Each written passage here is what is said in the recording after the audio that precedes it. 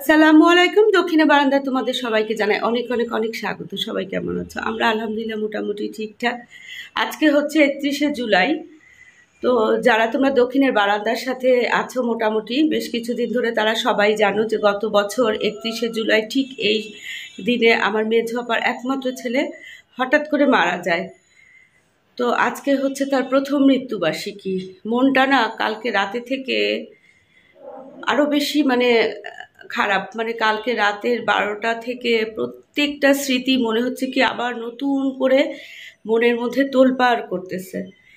তো এখন আমি যাব হচ্ছে আমার মেঝো আপার কাছে। যদিও চারিদিকের অবস্থা অত্যন্ত অশান্ত, সেইভাবে তো আমরা বাসা থেকে কেউ বের হচ্ছিই না, কিন্তু আজকের দিনে না গেলে না আমার আমি আসলে বাসায়ও থাকা সম্ভব না। মনটা খুব তোলপাড় তোলপাড়। তো একটু দূরে অবশ্য ধানমন্ডিতে আপা থাকেন, তো এখন যাব আপার বাসায় যাব। আর আজকে সেভাবে করে কোনো ভিডিও শেয়ার করা সম্ভব হবেও না, করার মতন মানসিকতা কিছুই নাই আজকে। তো ভাবলাম কি যে মহরমের দিন না একটা ভিডিও করা ছিল, কিন্তু তারপরে এই যে দেশে এই যে নেট বন্ধ হয়ে যাওয়া সব কিছু নিয়ে বা মানসিক অস্থিরতার কারণে না কোনো ভিডিও আর শেয়ার করা হয় নাই। তো ভাবলাম যে আজকে তোমাদের সাথে সেই ভিডিওটাই শেয়ার করি। তো এখানে হচ্ছে মোটামুটি আমি একটু রান্না করে দিয়ে গেলাম, আর আমি থাকবো বিকাল পর্যন্ত, সন্ধ্যার আগেই চলে আসবো আর কি ইনশাল্লাহ, সেরকমই একটা ইচ্ছা।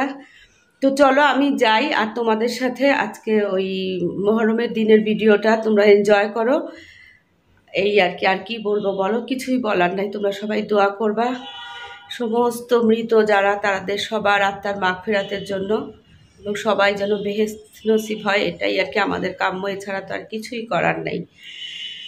তো চলো তোমরা ভিডিওটা এনজয় করো, আমিও আপার সাথে গিয়ে কিছুটা সময় থেকে আসি। আসসালামু আলাইকুম। দক্ষিণে বারান্দায় তোমাদের সবাইকে জানাই অনেক অনেক অনেক স্বাগত। সবাই কেমন আছে? আলহামদুলিল্লাহ আমরা একদম ঠিকঠাক। আজকে হচ্ছে বুধবার, সকাল থেকে এই রোদ এই মেঘ এই রোদ এই মেঘ করে আজকে দিনটা শুরু হয়ে গেছে। তো আজকে হচ্ছে সরকারি ছুটি আর কি, গভর্নমেন্ট হলিডে। আজকে হচ্ছে মহরমের ছুটি।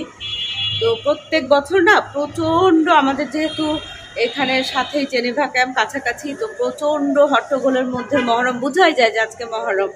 কিন্তু এখন আজকে সেভাবে রাতের বেলা অবশ্য কিছুটা ঢোলের আওয়াজ পাইছি, কিন্তু এখন পর্যন্ত তেমন পাওয়া যাচ্ছে না আর কি। তো যাই হোক, এই হচ্ছে আজকের আপডেট। আর এদিকে কি কাজ করতেছিল, তোমার কাজই শেষ হয় না, খাতাপত্রের কাজই শেষ হয় না। তো যাই হোক, এই হচ্ছে আজকের আপডেট। আর আমার আপডেট কি, মানুষ ঘুম থেকে উঠে কত কিছু ভাবে, আর আমি না ঘুম থেকে উঠে না, ঘুমায়ও ভাবি কালকে কি রান্না করব, কি করা যায়, কি দেওয়া যায়, কি দিয়ে কি রান্না করব, এই চিন্তা করতে করতেই না রাতটা পার হয়ে যায়। তো আজকেও সেই সেম হচ্ছে অবস্থা। আর এই যে অরণ্য আবার নতুন একটা কাহিনী। তো ছেলের আবার নতুন কাহিনী, ভাত খাবে না। তো এই জন্য ভাত খাবে না, কি খাবে এরকম আর কি। তো রুটি বানায় রাখি, রুটি খায়, এই হচ্ছে অবস্থা। দেখা যাক কতদিন এইভাবে চলে। তো চলো আজকের কাহিনী কি, রান্নাঘরের কাহিনী কি তোমাদের সাথে শেয়ার। এখানে না এই যে মাংস এরকম ছোট ছোট করে কাটতেছিলাম, তারপরে কাটা বাদ দিয়ে ভাবলাম কি আগে একটু চা খাই। তো এখানে আলুকে ওইভাবে কেটে রাখছি, পেঁয়াজ কেটে রাখছি, আর এখানে হচ্ছে আদা রসুন জিরা, আদা রসুন শুধু, জিরা না সরি। আর এখানে ঘরে তৈরি গরম মশলা, আর এটা না সরিষা কিনে ভাঙানো সরিষার তেল। তো আর এখানে হচ্ছে পোলাও চাল, 1 কেজির থেকে একটু বেশি হবে, এরকমই আর কি হবে। আর এখানে হচ্ছে 1.5 কেজির মতো মাংস, আর আলু তো অল্প একটু দিলাম। তো সরিষা তেল দিয়ে না তেহারি করব। আর এখানে হচ্ছে সুজিটাকে রান্না করব। আর দেখি মাংসটাকে ভাবছি কি একটা বা দুই তিনটা সিটি দিয়ে তারপরে তেহারিটা করব। তার আগে এখানে এই যে দেখো টেস্টি দুধ চা তৈরি হচ্ছে। দুধ চাটা হলে না একটা বিস্কিট দিয়ে চা খাবো, তারপরে কাজ করবো। আর এই যে এখানে হচ্ছে এই কাহিনী, এটা লিক হচ্ছে সরু করে, বুঝছো? এই যে দাগটা আছে না, এই দাগ বরাবর পানি একেবারে চলে আসে হচ্ছে ওই পর্যন্ত। দেখো কি অবস্থা মেঝেটার। তো এই দুঃখ নিয়ে অনেকদিন ধরে দিন আতিপাত করতেছি, বুঝছো? খুবই বিরক্ত হয়ে গেছি। তো ঝটপট রান্না করব। আর মাসুদ আহমেদ এখানে ওনার কাজ করতেছেন। এই যে কালকে আব্বু ভাই সাহেব পেঁপে, গাব আর কি যেন আম, থাইল্যান্ডের আম, দাঁড়াও দেখায়। এই যে দেখো, সরি এটা হলো ব্যানানা আম। হ্যাঁ, এই ব্যানানা আম আনছে। তো গাব মাসাদা আমাদের আবার যে কোনো ফল খুব পছন্দ। উনার আর উনার ছেলে বউ দুজনেই ফ্রুটস খুব পছন্দ করে, খুবই ভালো জিনিস। তো এখন ওই গাব খাবে বলছে। আর এখানে ভাবিদের বাসা থেকে না কচুর শাক বোধ হয়, না এটা কচুর শাক আসছে। একটু আগে দেখালাম মেঘলা মেঘলা, এখন কিন্তু অনেক রোদ উঠে গেছে, অনেক রোদ দেখো।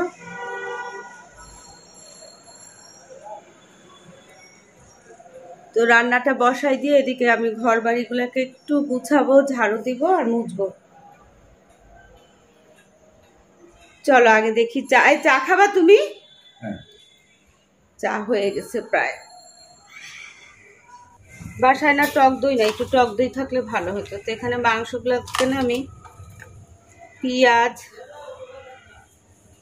পরিমাণ মতো লবণ, আর এখানে হচ্ছে অল্প মশলা দিব, বেশি দিব না, আদা রসুনের পেস্ট,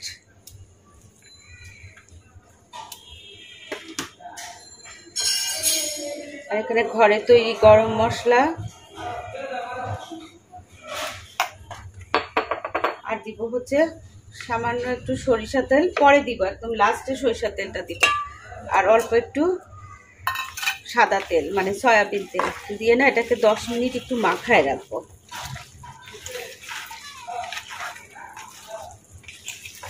ব্যাস, টক দই দিলে ভালো হতো, কিন্তু টক দইটা নাই এখন, অসুবিধা নাই, হালকা মশলাই করি। তো এইভাবে মাখায় এটা 10 মিনিটের জন্য আমি রেস্টে রাখবো। ভুলে গেছি দেখো, এখানে যে জিরা বাটাটা দিচ্ছি অল্প করে, বেশি না। ঝালের জন্য দিব হচ্ছে চিলি ফ্লেক্স। চিলি ফ্লেক্সে না খুব ভালো একটা ইয়ে আসে, এই টেস্ট আসে। আর সামান্য একটু দিব হচ্ছে টমেটো কেচাপ। ব্যাস,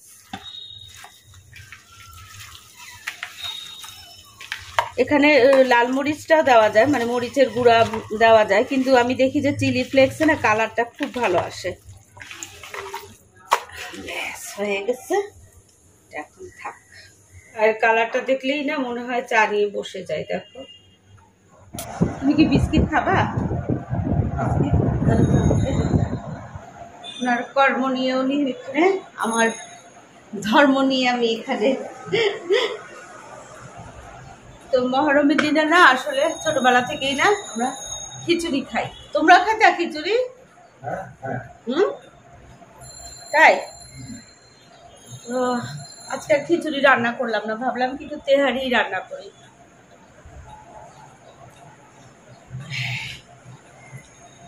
ছোটবেলা থেকে মহরমের সময় মহরমের দিনে কোরবানির মাংস খাওয়া মনে হয় কি এটা একটা মানে এসেনশিয়াল, মানে এমন এসেনশিয়াল, এছাড়া চিন্তাই করতে পারি না। যে ছোটবেলা মাথায় ঢুকে গেছে না, এখনো সেই একই অবস্থা।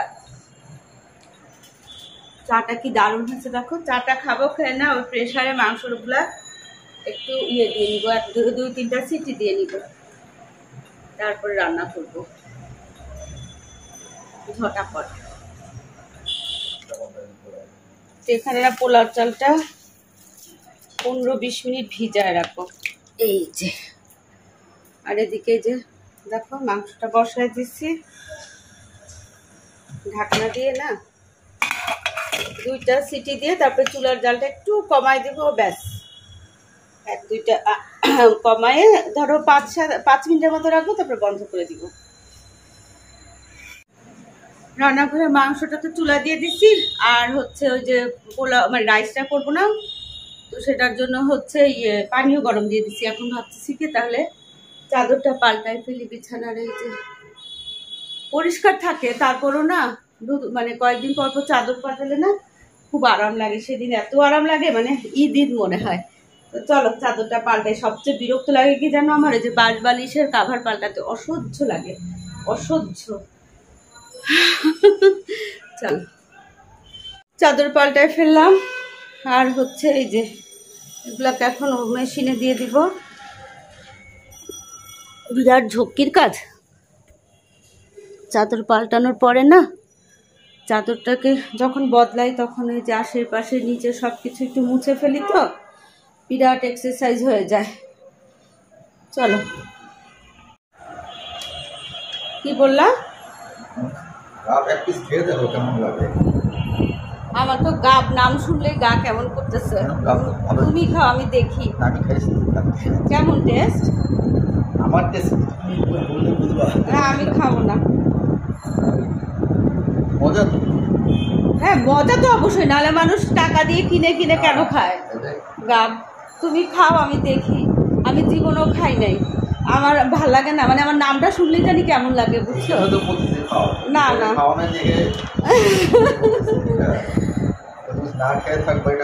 আমার তো এমনি কোনো ফ্রুটসই মানে পছন্দ না। আর গাব আমার ছোটবেলা থেকে এই নামটা শুনলেই না গাটা ভার হয়ে যায়, বুঝছো? মনে হয় কি কেমন যেন একটা গাদ গাদা ভাব। খাও তোমরা, তোমাদের ফল ভালো লাগে, ফল ভালো লাগা তো খুবই ভালো, কিন্তু আমি এটা হচ্ছে গাবের বিচিটা বের করে দিই। গাবের বিচিও তো আস্তে আস্তে করে কামড়া কামড় করে খাওয়া যায়। তাই? হ্যাঁ, সত্যি সত্যি গাবের বিচি খায়? এই তুমি আমার সাথে ইয়ে করতেছো না তো? না না, ঠাট্টা করতেছো না তো? আমি তো শুনিও না গাবের বিচি খায়। কি বলে? সিমরান ফ্রিজ থেকে নিয়ে খাবে, অরণ্যকেও বলো। অরণ্য খাবে না, আমি টেস্ট করছিল, মানে ওর কাছে ভালো লাগে না। ভালো লাগে নাই? অরণ্য খাবে না। তো এখানে প্রেশারটা না খুলে ফেলছি, হয়ে গেছে। 2টা সিটি দিছিলাম, মানে আমার যতটুকু দরকার মাংসটা ততটুকুই বয়েল হয়ে গেছে। এখন আলুগুলো এখানে ছোট ছোট করে কেটে রাখছিলাম না, আলুগুলো দিয়ে এখানে ঝোলটাকে মানে এই যে শুকাই নিব, ব্যাস। মশলা টসলা সব সুন্দর, খুব সুন্দর একটা স্মেল আসছে। আর এখানে না পানির মধ্যে একটু আস্ত গরম মশলা দিচ্ছি, আর দিব হচ্ছে পরিমাণ মতো লবণ, কারণ মাংসের লবণ দিচ্ছি। এখানে হচ্ছে চালের লবণটা দিব, আর দিব হচ্ছে এই যে হাফ টেবিল চামচ চিনি, একটু আদা রসুনের পেস্ট দিব, আর সামান্য একটু সয়াবিন তেল দিলাম, একদম সামান্য। এটা বলক দিয়ে দিচ্ছে, অনেকক্ষণ ধরেই বলক দিচ্ছিল, তা আমি এখানে চালটা দিয়ে দিব। একদম ঝটপট রান্নার উপায়। তেহারি না অনেক রকম ভাবেই রান্না করি আমি, তো যখন যেটা সুবিধা হয় তখন সেটা। অনেক সময় মাংস কষাই না, মাংসটা বয়েল হয়ে গেলে সেটার মধ্যেই চাল দিয়ে দিই, সেটাও হয়। আবার একটু বেশি পরিমাণ করলে এরকম করলেই সুবিধা হয়। তো এটা এখন মানে ফুটার জন্য জালটা বাড়ায় এটাকে ফুটতে দিব। আর এদিকে হচ্ছে এটা মাংসটা এর মধ্যে আস্তে আস্তে হয়ে যায়। এই চুলাই দেই। আর এখানে না সুজিটাকে ভাজবো, সামান্য ঘি দিয়ে আর তেলের মধ্যে ভাজবো।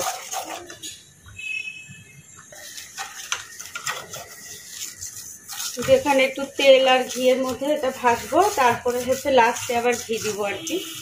পুরোটা ঘিয়ের মধ্যে করলে তো খুবই ভালো হয়, কিন্তু অনেক বেশি রিচ হয়ে যায় তো এই জন্য।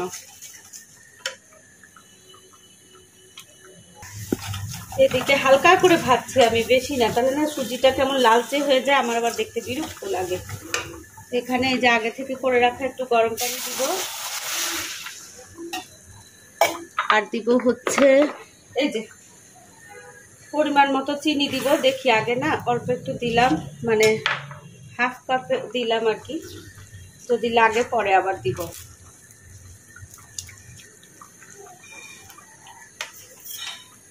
তো অনেকে না এটার মধ্যে দুধও দেয়, কিন্তু আমার কাছে না এটা বরফি করবো তো দুধ ছাড়াই মানে মনে হয় ভালো হয়। আমি অবশ্য নিজে খুব পছন্দ করি না খুব একটা, কিন্তু মাসাদা আহমেদ তো খুবই পছন্দ করেন, আর আমাদের সিমরান রানীও খুব পছন্দ করে মিষ্টি জিনিস।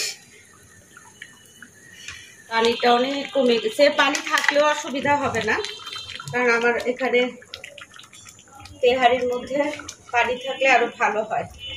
আর এদিকে দেখো এই যে সুজিটাকে আস্তে আস্তে নাড়াবো, হয়ে আসছে, একদম লাস্টে আবার ঘি দিয়ে দিব।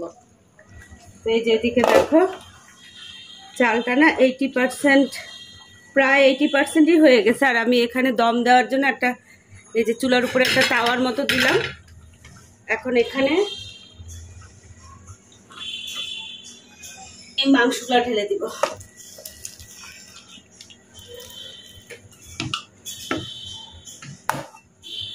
দিয়ে এটা ভালো করে নাড়াচাড়া করে দমে দিব। আর আমি দমে দেওয়ার জন্য না সবসময় কাপড় ব্যবহার করি। এই যে এখানে কাপড় দিয়ে তাহলে হয় কি দমটা খুব ভালো হয়, খুবই ভালো হয়। এটাকে এখন চুলায় দিয়ে দিলাম। এখন এখানে না এই ঘিটুকু দিয়ে দিব। আর এই ঘি দেওয়ার কারণে না এখানে আমি এলাচের দানা অথবা গোলাপ জল কিছুই দেই না, শুধু ঘিয়ের সেন্টটাই যেন থাকে, সবসময় তাই করি। এগুলো এখানে ঠান্ডা হোক। আর এই যে এখানে একটু মাফিন স্প্রিঙ্কলস আছে না, ওগুলো দিয়ে দিচ্ছি, দেখতে ভালো লাগবে।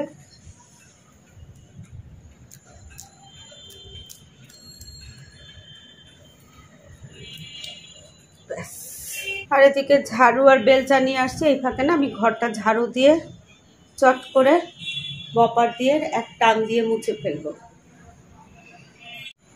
সমস্ত ঘর ঝাড়ু দিয়ে না এই যে দেখো এই ময়লাটুকু আসছে। তাও এগুলো হচ্ছে বাইরে থেকে আসা ধুলাবালি, বাতাসের সাথে আসা ধুলাবালি। চলো ঘরটা মুছে ফেলি।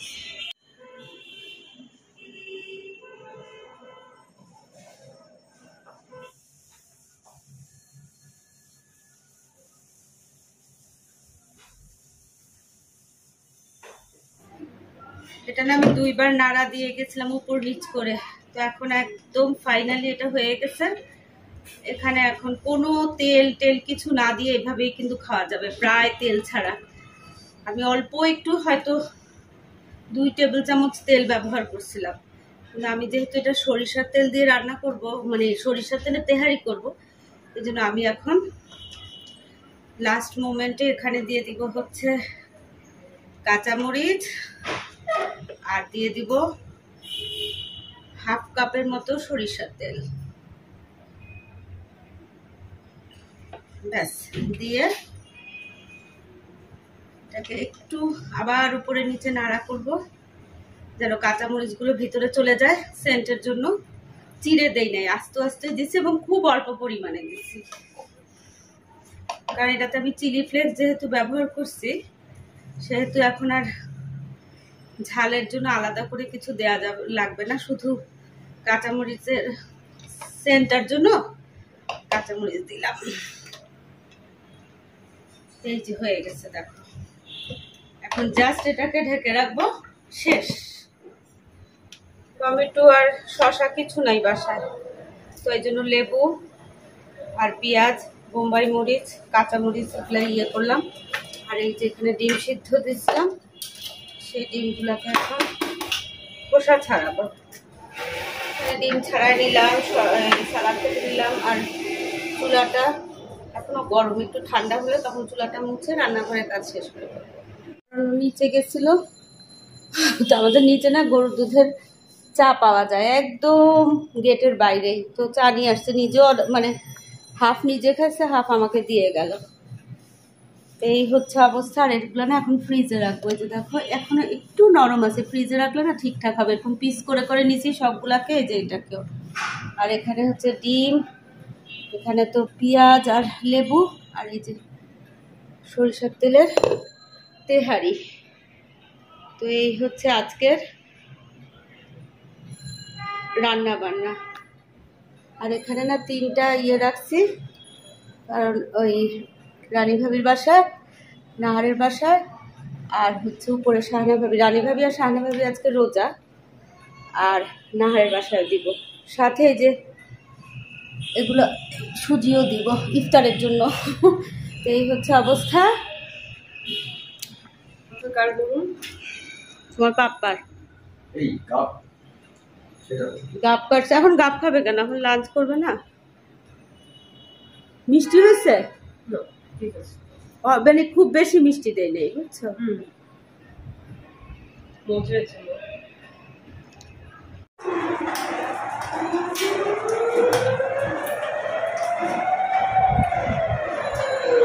ফুটে ফুটে বাঁচতেছে, দেখো।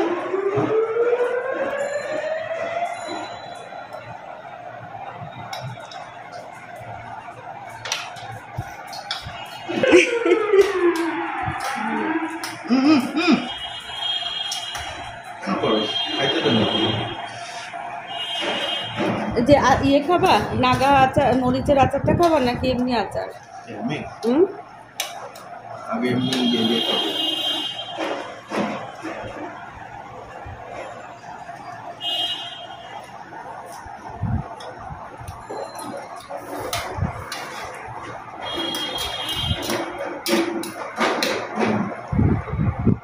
ঢোল বাজার শুরু হয়েছে। আমি তো আরো ভাবছি আজকে ঢোল টোল। হ্যাঁ, রাতে হয়েছে। হ্যাঁ, দেখি।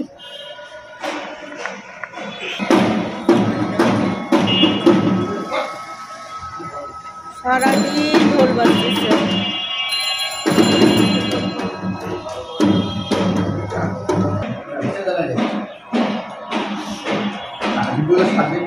ঠিক আছে অরণ্য।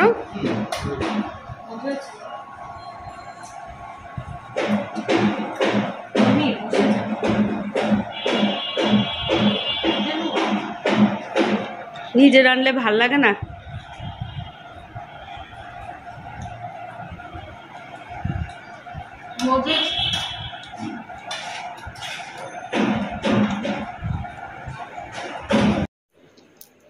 তসবির এই দানাটাতে না, প্রত্যেকটা দানাতে আল্লাহ লেখা, কিন্তু ছিঁড়ে গেছে তসবিটা।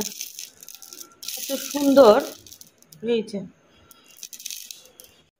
তো ওরকম চিকো নাইলনের সুতা আনতে হবে, তারপরে গুনে গুনে দেখতে হবে যে সবগুলা দানা ঠিকঠাক কিনা। যতটুকু সম্ভব না, আমি আর ওদের পাপা মিলে না কুড়ায় কুড়ায় একদম সবগুলা ইয়ে করছে। কারণ যখন ওনার হাত থেকে ছিঁড়ে গেছে না, তখন ছ্যাক করে একদম চারিদিকে ছড়াই গেছে। তো সমস্ত কুড়ায় কুড়ায় নিছি, কিন্তু গুনি নাই। আস্তে ধীরে গুনতে হবে। থাকলে এই রুমেই থাকবে। তো এখন বাজে হচ্ছে 5:45। এই রুমের ফার্নিচারগুলো দেখতেছিলাম যে মোছামুছি করা লাগবে কিনা। আজকে রাতে মনে হয় মুছতে হবে। আর দেখো ফ্যানটা বন্ধ, আর আমি ঘামতে ঘামতে ঘামতে ঘামতে নীল দরিয়া বানায় ফেলছি নিজেকে। আকাশটা মনে হচ্ছে অতি মাত্রায় নীল। বাবা, 6টা বাজছে। সূর্য দেখে মনে হয় কি 11টা 12টা বুঝি বাজে।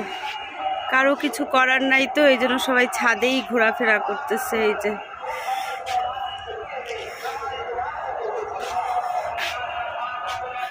আর আমি তো পড়ছি বিপদে।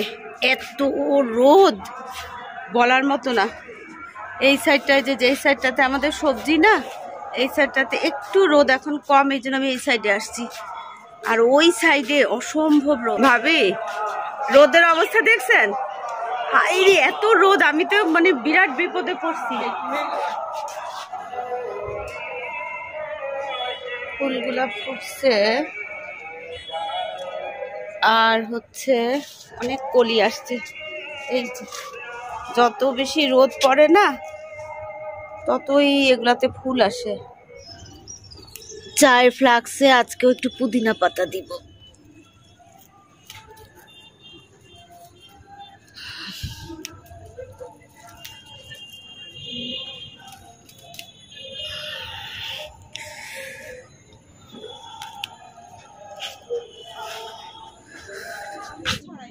দেখো না, ড্যাফোডিল থেকে সবচেয়ে বেশি মার খেয়েছে জাহাঙ্গীরনগর। শুনেন, এসে সব থেকে জাহাঙ্গীরনগরে তো যে এই কথাটা এখন এইভাবে বলার ঠিক হয় না, কারণ মনে করেন যে রক্ত টকবক করে ফুটতেছে। যে মার খায় সে বুঝে যে মার খাওয়া জানাতে কত। তাকে যদি এরকম ঝড় পুরানি পাল পুরানি কথা বলে, তাহলে তো হয় না। আর ওই যে বাবা নিয়ে আসে যে হ্যাঁ, কিন্তু ওই যে না ওরকম পাওয়া যায় না তো। পাওয়া যায়, আমি দেখি। না না মানে পাওয়া যায় মানে মিনিমাম টাউন হলে সব সময় পাওয়া যায়, পাওয়া যায়। টাউন হলে সবসময় গাব পাওয়া যায়। কটা বের করবো 1 2 3 4 তুমি সায়ান চানাচুর খাও, চানাচুর খাও।